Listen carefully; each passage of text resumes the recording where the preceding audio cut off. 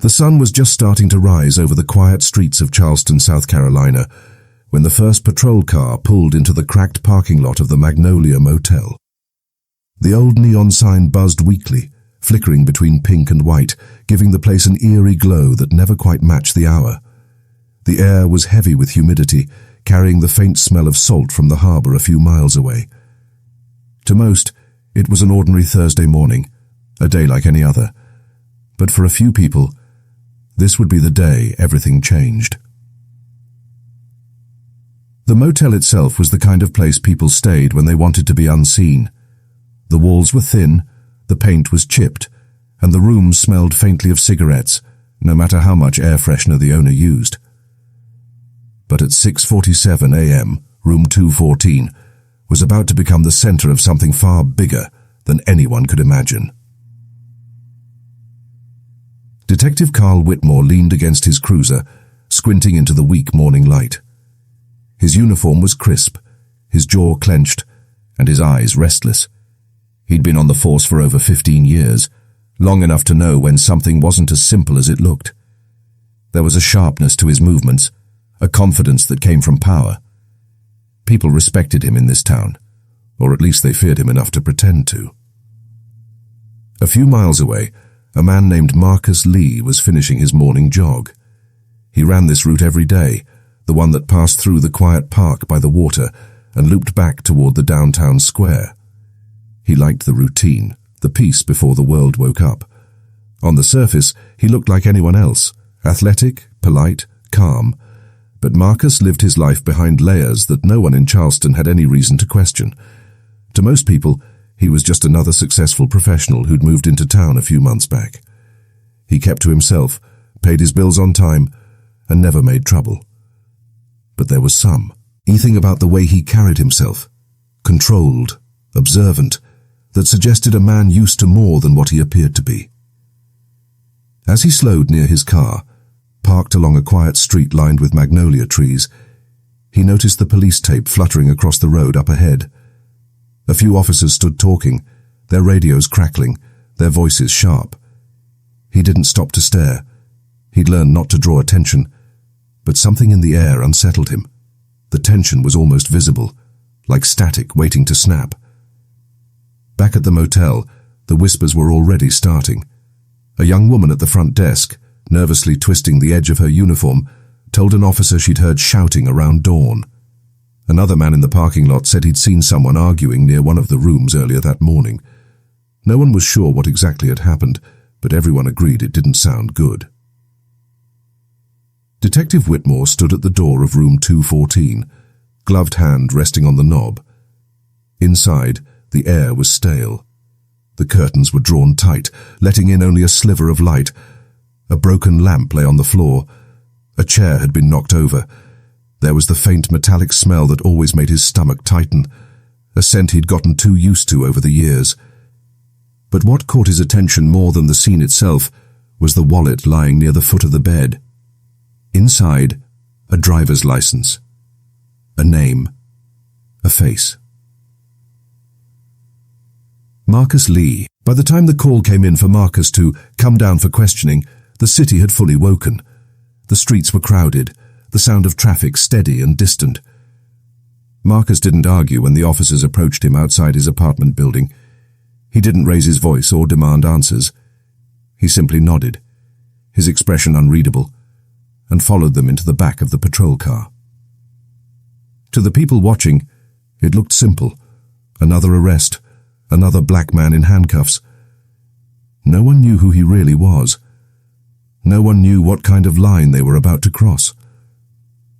Inside the station, Whitmore leaned back in his chair, his badge glinting under the dull fluorescent lights.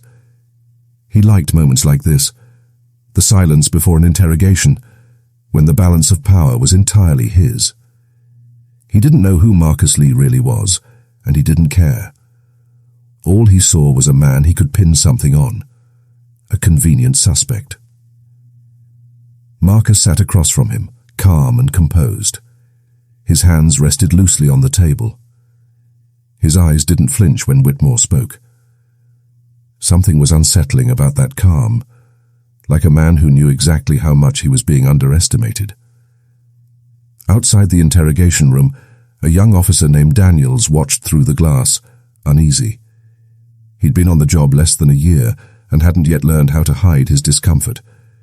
There was something about Whitmore's tone, the way he sneered when he spoke to Marcus, that made Daniel's stomach twist.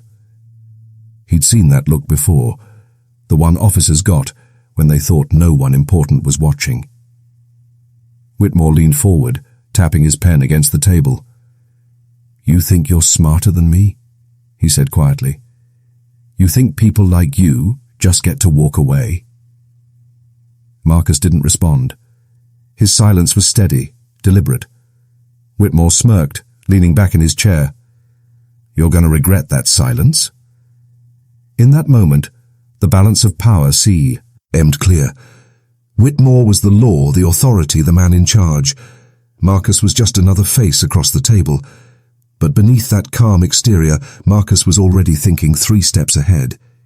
He'd seen men like Whitmore before, men who used their badge like a weapon, who believed truth was whatever they said it was. He knew exactly how this would play out. For now, he let Whitmore believe he was winning. Outside, the rain began to fall, light at first, then heavier, streaking down the windows of the precinct. The storm rolled in slowly, the kind that made the whole city pause for a moment before carrying on. It was as if the world itself was holding its breath. No one in that room knew that the man sitting across from Detective Whitmore wasn't just some random suspect. No one knew that the badge Marcus carried, hidden away in a small black case at his apartment, bore the letters FBI. And when the truth came out, the storm outside would be nothing compared to the one waiting inside those walls. The rain hadn't stopped for 3 days. It fell in waves, soft one moment, pounding the next, turning Charleston's narrow streets into mirrors that reflected the blur of flashing lights and restless movement. Inside the precinct, the air was thick with tension. Word of Marcus Lee's arrest had already made its way through the department, twisting into whispers and assumptions. No one knew exactly what had happened at the Magnolia Motel, but Detective Whitmore had made up his mind. Marcus was guilty. Marcus sat quietly in the holding room, his wrists still marked from the handcuffs. His expression didn't give away much, but inside he was calculating. Every word, every movement, every possible way this could play out. He'd been in tighter situations before, though never quite like this. The difference was, this time, he wasn't undercover. He hadn't planned for any of this. He'd come to Charleston on assignment months earlier, blending in, observing, investigating a small network of corrupt local officials suspected of laundering money through fake construction contracts.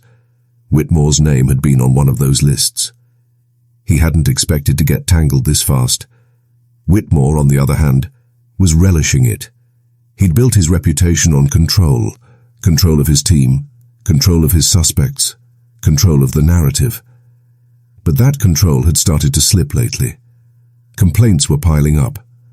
Body cam footage had gone missing. Internal affairs had started to sniff around. His superiors were watching him more closely than he liked. He needed a win. Something to remind everyone that he still ran this town. And Marcus Lee looked like the perfect target. Clean-cut, quiet, with no one to vouch for him. By the second day, Whitmore had built a story strong enough to convince himself it was true. He told the press that Marcus had been seen leaving the motel just before the altercation. He hinted that Marcus had a violent past, that he'd resisted arrest.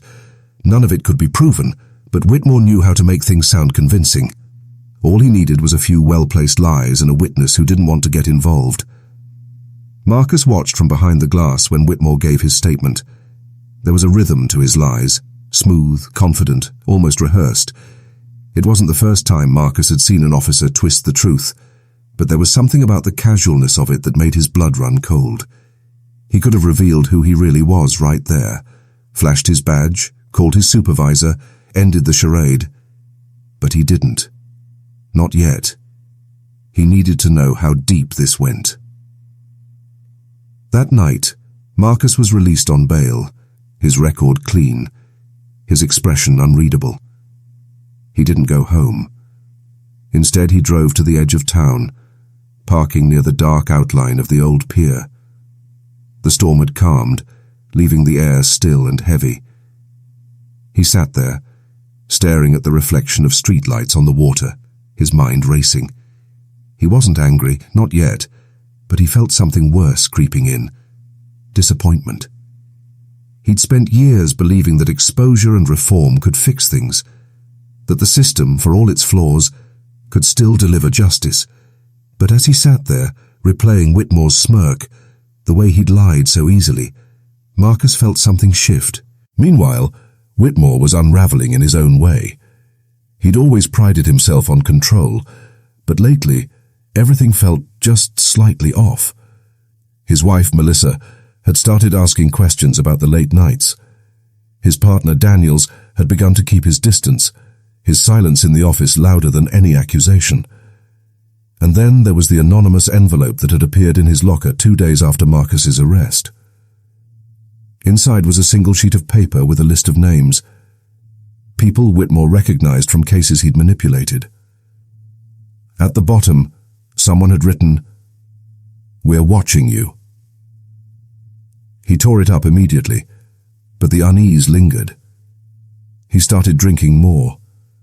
His temper flared faster. He saw Marcus's face in his mind constantly, calm, composed, unreadable. It infuriated him. He wanted to break that calm, to make the man crack, to prove that he was in charge. At the same time, Marcus had begun quietly digging. Using the contacts he had within the Bureau, he accessed sealed reports, financial documents, and complaint files tied to the Charleston PD. What he found was worse than expected. Whitmore wasn't just dirty, he was dangerous. There were reports of excessive force that had been buried, missing evidence from cases that had mysteriously vanished, and multiple witnesses who disappeared or suddenly changed their stories. It wasn't corruption driven by greed alone. It was about dominance, power, the thrill of knowing he could destroy someone and walk away untouched. Marcus's investigation grew more personal with every file he opened. Each case felt like another piece of a larger puzzle, one where people like Whitmore thrived because no one dared to challenge them. Daniels, the young officer who had watched the interrogation, began noticing things too. He'd joined the force, believing in fairness, in doing what was right, but working under Whitmore was changing him. He saw all the way reports were rewritten, the way witnesses were coached, the way truth became flexible when it served the department's image. The night he saw Whitmore plant a piece of evidence into an evidence bag that didn't belong there, he couldn't sleep. A few days later, Daniels reached out to Marcus. He didn't reveal much at first, just that he wasn't sure about how things went down at the motel. Marcus listened carefully, never showing his hand. Daniels didn't know who Marcus really was, only that something about him didn't fit the story Whitmore was pushing. As they spoke, Marcus realized Daniels might be the key, someone on the inside, still trying to do the right thing. But it was dangerous, for both of them. If Whitmore even suspected betrayal, he'd burn them both. Whitmore's paranoia grew by the day. He started following Marcus after hours, convinced the man was hiding something. He'd watch from his car as Marcus left coffee shops or walked through the park. Sometimes he'd get out, pretending to check a call just to see if Marcus noticed. Marcus always did, but he never reacted. That silent confidence drove Whitmore mad. At home, things were worse. Melissa had found receipts, unaccounted expenses, large withdrawals. She confronted him one night over dinner, voice trembling. "Carl, what are you doing?" she asked. "What are you involved in?" He snapped. The anger came fast, sudden. He slammed his hand against the table, the silverware rattling. "You don't ask me questions about my job," he said, his voice low but sharp. "You wouldn't understand." She didn't speak after that, but the distance between them grew into something solid and cold. The next week, Whitmore made his move. He called Marcus back into the station under the pretense of clearing up inconsistencies. It wasn't official. There were no lawyers present. Daniels was in the room, silent, watching. Whitmore's questions were sharper now, his tone dripping with mockery. He pushed, baited, twisted words until they barely resembled the truth. "You like to play smart, huh?" he said. "Think you can out-talk me?" Marcus looked him dead in the eye. "I don't need to out-talk you," he said quietly. "The truth will do that for me." For a brief moment, the room went still. Whitmore's jaw tightened. Something in his eyes flickered. Fear, maybe. But he masked it quickly with anger. When Marcus left that day, he knew the line had been crossed. Whitmore wasn't just corrupt anymore, he was desperate. And desperation made men dangerous. That night, Whitmore followed Marcus again, this time to an empty parking lot near the harbor. He stepped out of his car, shouting after him, "You think you can make me look like a fool?" His voice echoed through the rain. Marcus didn't turn around. "Who are you?" Whitmore yelled. "You think I don't know you're hiding something?"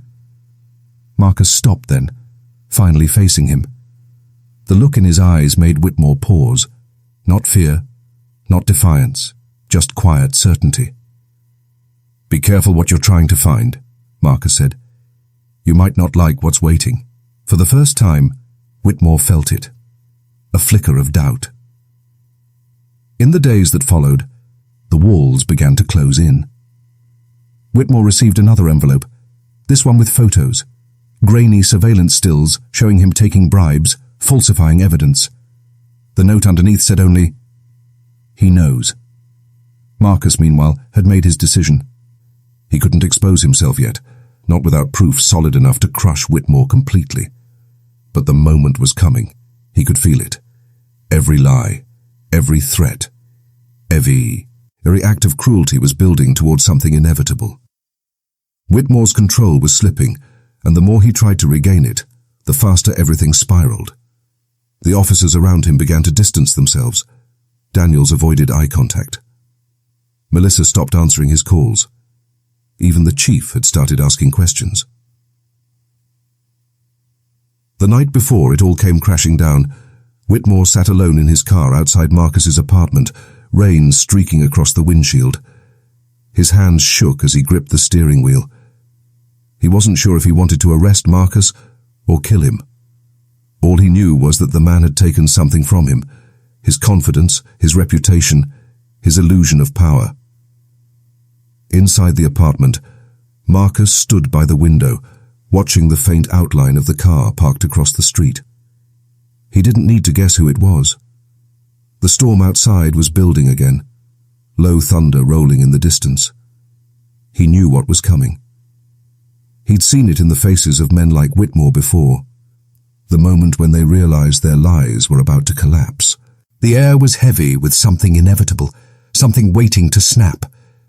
And when it did, there would be no turning back. The night it happened, Charleston was swallowed in darkness. The power had gone out across most of the city after a storm rolled through, leaving the streets slick with rain and the sky heavy with thunder. The air carried that thick metallic scent that comes right before lightning strikes, sharp and uneasy. It was just past midnight, the hour when the world feels suspended between calm and collapse. Marcus Lee sat alone in his apartment, the glow from a single candle flickering across his face. His phone vibrated on the table, a message from Daniels. "He's losing it. Be careful tonight." Marcus stared at the screen, then slipped the phone into his pocket. He'd known this was coming. Whitmore was unraveling faster than anyone could control, and the truth Marcus had uncovered was about to destroy him. But before it did, Whitmore was going to fight back the only way he knew how, violently. Across town, Detective Carl Whitmore sat in his car, soaked in sweat, despite the cool rain outside. His hands trembled on the steering wheel, the half-empty bottle of whiskey rolling against the floorboard. His mind was a storm, every thought crashing into the next, fragments of paranoia and rage blending until he could no longer tell what was real. He kept seeing Marcus's face, calm, confident, defiant. It haunted him. It wasn't just about the case anymore. It was personal. Marcus had made him look weak, made him question himself, and worse, it made him afraid. He couldn't live with that. The streets were empty as he drove through the rain, the wipers struggling to keep up. The thunder was louder now, rolling over the city like distant artillery fire. He didn't have a plan. Not really. Just a gun in the glove compartment and a growing certainty that this was the only way to end it. His badge felt heavy in his pocket, the weight of everything he'd done pressing against his chest. He told himself this wasn't murder. It was justice. When he reached Marcus's building, the power was still out. Only the faint orange glow of candles flickered in a few windows.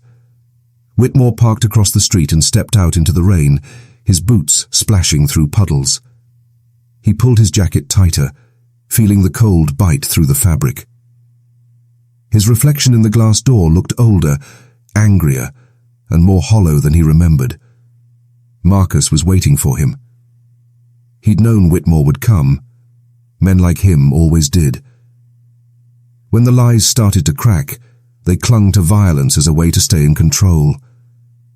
He heard the footsteps in the hallway before he saw the shadow move under his door.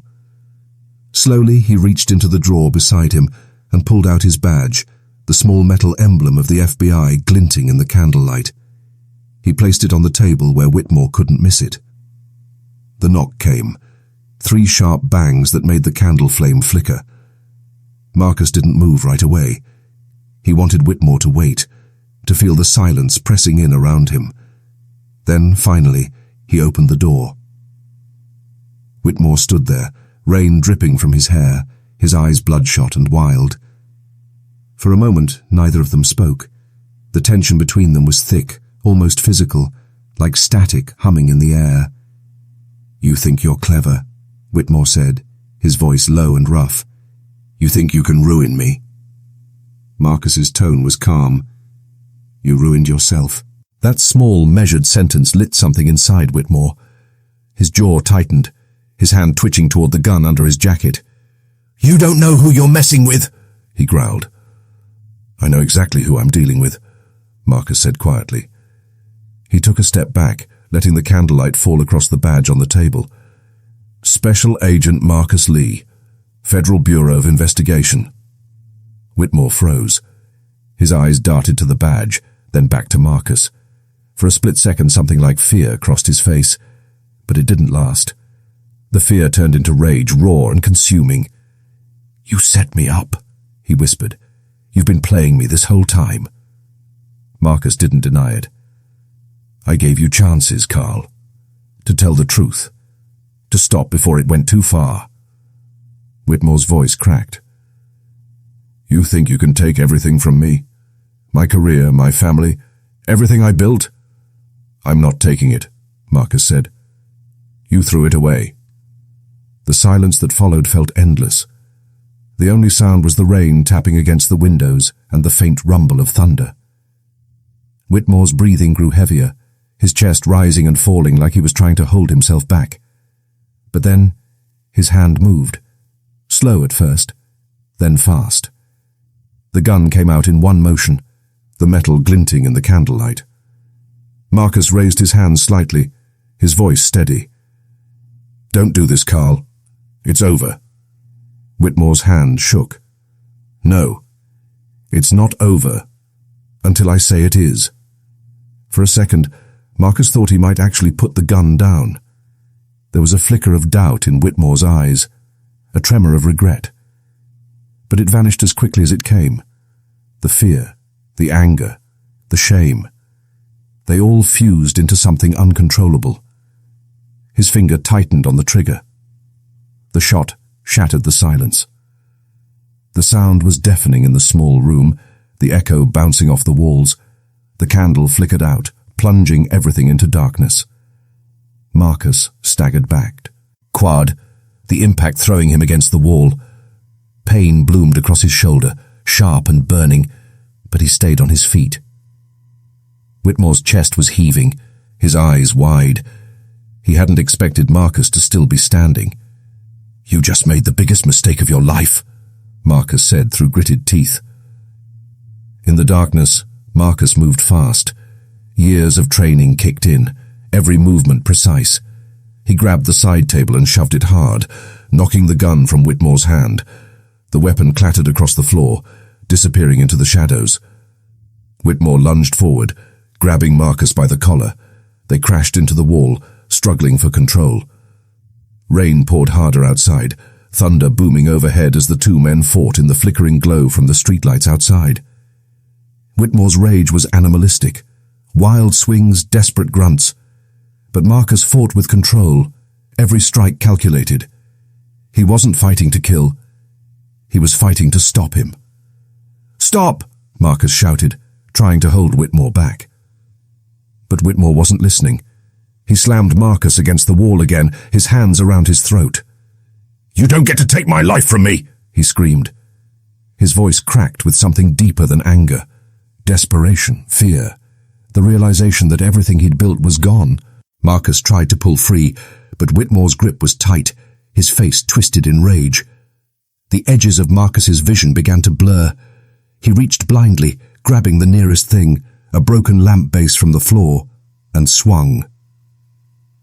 The sound it made when it connected was sickening. Whitmore staggered backward, his hands slipping from Marcus's neck. For a moment he stood there, swaying slightly, his mouth open as if trying to speak. Then he collapsed, the back of his head hitting the floor with a dull thud. The only sound left was the rain. Marcus stood over him, breathing hard, his hands shaking. The adrenaline made everything feel distant, unreal. He dropped the lamp, which rolled away, leaving a smear of blood on the hardwood floor. His shoulder burned, his ears still ringing from the gunshot. Slowly he knelt beside Whitmore, checking for a pulse. Nothing. He stared down at the man who had tried to destroy him, the man who had believed power made him untouchable. There was no satisfaction in it, no relief. Only an empty, aching silence. For a long moment Marcus didn't move. His mind replayed every second, the look in Whitmore's eyes before he pulled the trigger, the raw panic behind his anger. This wasn't a victory. It was a tragedy. 2 lives destroyed by pride, lies, and fear. Then the reality hit. The gun. The body. The blood was spreading slowly across the floor. He needed to call it in. He needed to explain. But how do you explain something like this? He pulled out his phone, his hand still trembling, and dialed Daniels. The line rang once before the young officer answered, his voice groggy. "It's done," Marcus said quietly. "Whitmore's dead." There was a long pause on the other end. "Where are you?" Daniels finally asked. "Here," Marcus said. "In my apartment." He looked down again at Whitmore's body. The storm outside had begun to fade, the thunder rolling farther away, leaving only the sound of rain. For the first time all night, Marcus felt the full weight of what had happened settle on him. He hadn't wanted this. He'd come to expose the truth, to stop corruption, not to kill. But sometimes justice and tragedy shared the same face. When the sirens finally cut through the rain, their distant wail growing closer, Marcus stayed where he was, sitting on the floor, soaked in blood and silence. He didn't run. He didn't hide. He knew the truth would come out. The door burst open minutes later. Daniels was the first to enter, his expression a mix of shock and sorrow.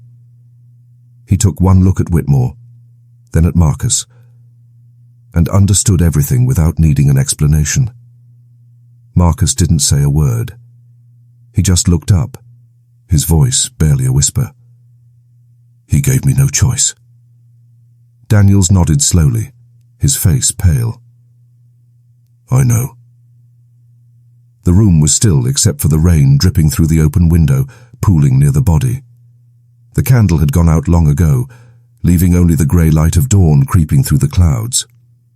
What had begun as a simple lie had ended in blood. And as the first light of morning fell across the scene, Marcus realized that justice, real justice, was never clean. It always came with a cost. The morning after the shooting, Charleston felt different.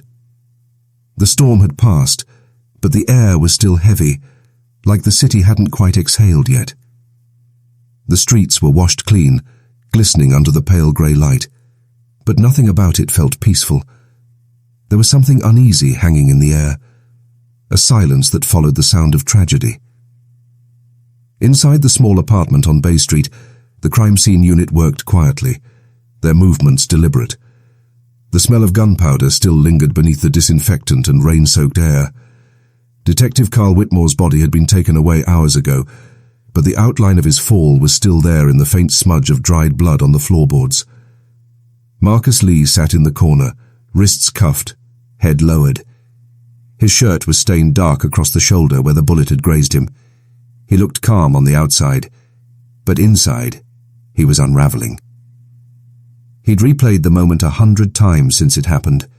The sound of the gunshot, the weight of Whitmore's body hitting the floor, the silence that followed. No matter how many times he went over it, it ended the same way. He hadn't wanted to kill him, but it didn't change the fact that a man was dead. And not just any man, a decorated police detective. Daniel stood nearby, arms crossed, trying to keep his composure. He'd been the one to call it in, to make sure the Bureau was informed before the local department could twist the story. The media were already circling outside, hungry for a headline. FBI agent kills police detective would be plastered across every screen before the day was over. It didn't matter what the truth was, people would decide what they wanted to believe. When Marcus was finally allowed to speak, he didn't defend himself. He told the investigators everything, how Whitmore had shown up armed, how he'd tried to talk him down, how the fight turned violent. He didn't embellish or justify, he just told it the way it happened. His voice was steady, but the exhaustion in his eyes told another story. Later that afternoon, in the sterile conference room of the federal field office, Marcus sat across from two internal affairs officers. One of them, a woman named Agent Torres, had worked with him before. She knew his record, clean, professional, respected. But now, even she struggled to meet his eyes. "You understand how this looks?" she said softly.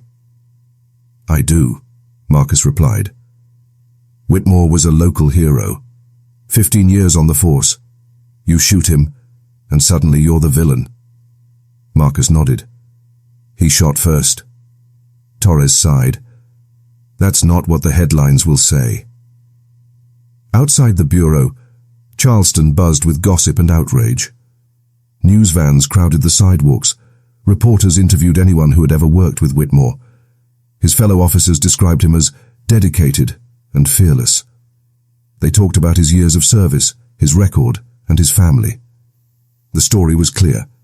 A loyal cop, gunned down by a federal agent, Melissa Whitmore, watched it all unfold from her living room, her face pale and blank. The house felt too quiet, too still without Carl's voice filling it. Part of her wanted to scream at the television, to tell them they didn't know the man they were praising. The other part couldn't stop crying. Despite everything, the lies, the temper, the distance, he'd been her husband, and now he was gone. When the coroner released the body, she went to identify him alone. She stood over him in the cold, bright room, her hands shaking as she reached out to touch his arm. It didn't feel real. It didn't feel like him. For all his flaws, she'd never imagined this ending. Somewhere deep down, she had always believed he could still change. The department held a memorial for Whitmore 3 days later. Officers lined the street in their dress uniforms, their badges draped in black ribbons. The chief gave a speech about service and sacrifice, about how good men sometimes lose their way but never lose their dedication. There was no mention of the corruption, the missing evidence, or the complaints. Just the image of a fallen hero. Marcus watched the broadcast from a small hotel room where he'd been placed under protective custody. His arm was bandaged, his face drawn and tired. Daniels visited him that night, bringing coffee and silence. For a long time, neither spoke. Finally, Daniels said, "They're making him a martyr." "I know," Marcus said quietly. "You did the right thing." "Doesn't feel like it." Daniels stared at the floor. "You're not going to prison for this. You know that, right? The Bureau's backing you." Marcus looked out the window at the city lights reflected on the wet streets. "Maybe," he said, "but that's not the same as being free." The investigation stretched on for weeks. Every report, every body cam recording, every witness statement was dissected. Daniel's testimony helped. He'd confirmed that Whitmore had been unstable, that he'd received threats, that he'd followed Marcus obsessively before the shooting. Still, the tension between local law enforcement and the Bureau grew worse. Officers who had once respected Marcus now spoke of betrayal. The community is split in half. Some saw Whitmore as a symbol of everything wrong with policing. Unchecked power, hidden corruption, the arrogance of authority. Others saw Marcus as an outsider who had overstepped, who had killed one of their own. The truth sat somewhere in between, buried beneath grief and politics. Meanwhile, Melissa was left to face the fallout of her husband's secrets. As the Bureau's findings slowly became public, bank transfers, falsified reports, missing evidence, the picture of Carl Whitmore began to change. The hero image started to crack. The news channels grew quieter, the praise faded, and people stopped calling. One afternoon, she found herself sitting on the porch, staring at the folded flag they'd given her at his memorial. It felt wrong, like a lie wrapped in fabric. She remembered the last time she'd seen him alive, the way his voice had trembled with anger, the look in his eyes when he told her not to ask questions. Part of her still loved him, but another part, the one that had learned to live in silence and fear, felt something closer to relief. Marcus testified in front of the review board 6 weeks after the shooting. The room was cold, formal, the kind of place where truth was dissected like evidence. He spoke carefully, answering every question with precision. When they asked how he felt, he hesitated for the first time. "How do I feel?" he repeated. "I feel like I failed. Not because I pulled the trigger, but because I couldn't stop it before it got there." The panel was silent for a moment. Then one of them said quietly, "Agent Lee, sometimes justice doesn't look the way we want it to." He was cleared of wrongdoing 2 weeks later. The decision was public, but the relief wasn't. When he finally stepped outside into the sunlight, the cameras were waiting. Reporters shouted questions. "Did you kill him in self-defense? Do you regret it? Was it racial profiling?" He didn't answer. He just kept walking, his face unreadable. Daniels met him by the car. "You're a free man," he said. Marcus looked at him, a tired half-smile crossing his face. "No one's ever really free after something like this." In the months that followed, Charleston slowly moved on. New scandals took over the news. The motel was torn down. The department quietly reassigned officers and buried old complaints. People forgot the details, but the story lingered in the city's memory like a stain that never quite washed out. Melissa sold the house and left town. Daniels transferred to another precinct, still carrying the unease of what he'd seen. And Marcus, he left Charleston behind completely. He turned in his badge, at least for a while, unable to face another case that looked too much like this one. Sometimes, late at night, he'd still hear the echo of that gunshot in his mind. The flash, the impact, the silence that followed. He told himself he'd done what he had to do, but the guilt was a quiet companion he couldn't shake. In the end, the city forgot their names, but Marcus never forgot that night. Not because of the violence or the headlines, but because it showed him the truth about power, that even the people who wear badges can lose themselves in it, and that sometimes justice comes at the cost of your own peace. Charleston slept again, the storms passing, the streets calm. But somewhere, in the quiet spaces between the rain and the dawn, the memory of what happened in that apartment still lingered, like the ghost of a truth no one wanted to face. The months following Detective Carl Whitmore's death stretched into a strange, quiet aftermath. A silence that wasn't peace, but exhaustion. The city had moved on, at least on the surface. The memorial flowers on the courthouse steps had withered, and the news anchors had long since turned their attention to fresher scandals. But for those who had lived through it, the echoes of that night never truly faded. Marcus Lee sat on the edge of a pier one grey morning, months after turning in his badge. The sea wind pressed against his face, the salt sharp in the air. He had come to Charleston on assignment, expecting another investigation, another case where truth could be measured in evidence and testimony. What he found instead was the weight of everything the badge couldn't protect him from. The corruption it hid, the pain it justified, and the moral lines it blurred. He had been cleared by the internal review. Officially, the shooting was ruled justifiable self-defense. The Bureau's lawyers had presented a clean narrative. An armed detective, mentally unstable, threatening a federal agent. The evidence aligned, the paperwork was perfect, and the case was closed. But inside, Marcus knew that justified and right weren't the same thing. He hadn't pulled the trigger out of vengeance or malice. It had been instinct, training, survival. But there were moments, especially in the quiet hours before dawn, when he questioned whether he could have stopped it differently, whether he could have saved Whitmore from himself, whether justice could ever feel like anything more than loss. He'd seen Whitmore's decline firsthand, the paranoia, the desperation, the cracks in his integrity that had widened until there was nothing left to hold him together. What haunted Marcus most wasn't the shooting. It was how easy it had been for a good man to become everything he once stood against. Whitmore's death had left a stain on the department. For months, the Charleston PD operated under a cloud of suspicion. Old cases were reopened, files were audited, and officers whispered behind closed doors. Eventually, several of Whitmore's associates were quietly dismissed or reassigned after irregularities surfaced in their reports. None of it made the evening news. The department cleaned house quietly, preferring silence to accountability. Melissa Whitmore, his widow, had left Charleston entirely. She sold the house, packed what little she wanted to keep, and disappeared to a small town in North Carolina where no one knew her name. She carried two things with her: a box of letters Whitmore had written early in their marriage and the folded flag from his funeral.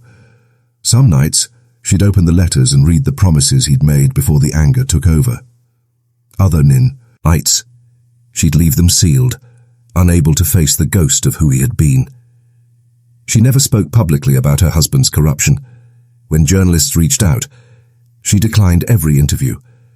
But privately, she told a friend that the hardest part wasn't losing him. It was realizing that somewhere along the way, she'd already lost him long before that night. For Daniels, the case changed everything. He stayed in law enforcement, but his faith in the system was fractured. The thin blue line he'd once sworn by now looked more like a veil, something that concealed as much as it protected. He often thought about Whitmore, about how the department's culture of silence had enabled his downfall. Every time he saw a younger officer cutting corners or covering for another, he felt a flicker of anger and guilt for the times he had done the same. He started speaking up more, challenging his superiors, filing reports even when it made him unpopular. He told himself it was for Whitmore's sake, but deep down, it was for Marcus. As for Marcus, he found himself caught between guilt and acceptance. He took time off from the Bureau, turned down promotions, and began working with a non-profit that reviewed cold cases of police misconduct. It wasn't penance, at least not entirely, but it was something. Something to balance the scales in his own way. The legal consequences had been swift, but clinical. Reports filed, hearings held, public statements made.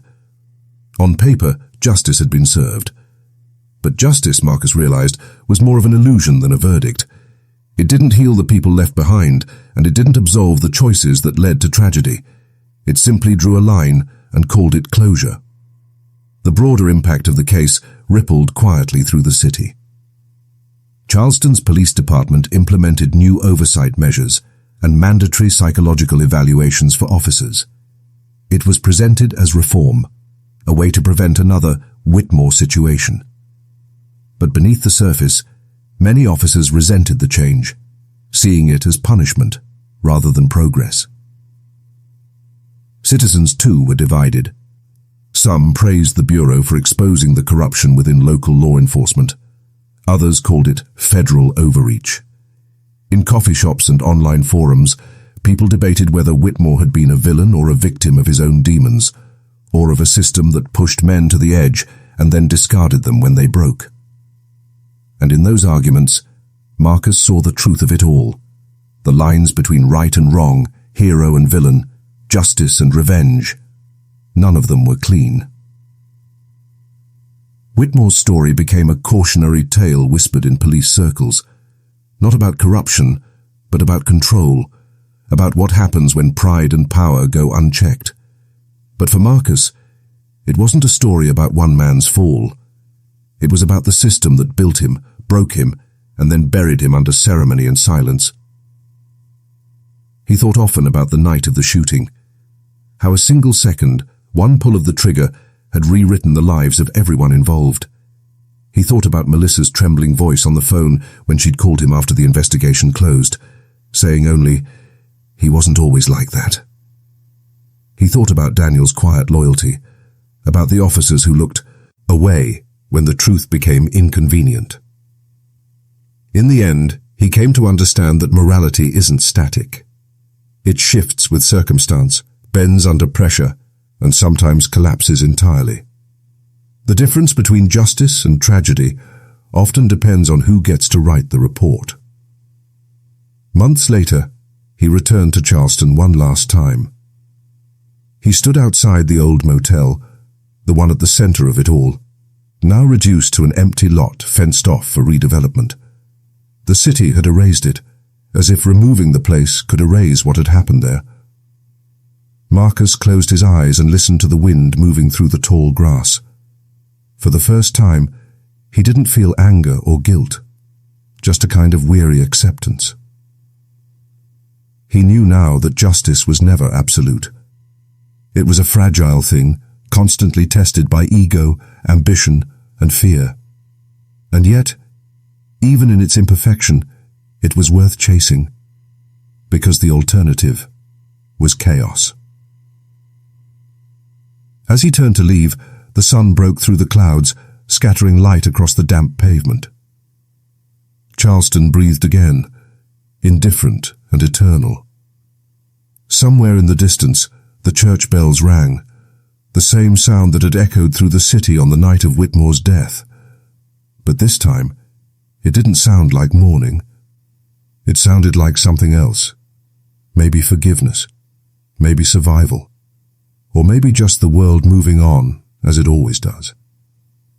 In the end, Marcus didn't seek redemption. He sought understanding. And in that understanding lay the quiet truth of it all. That justice, like the people who pursue it, is flawed, human, and endlessly complicated.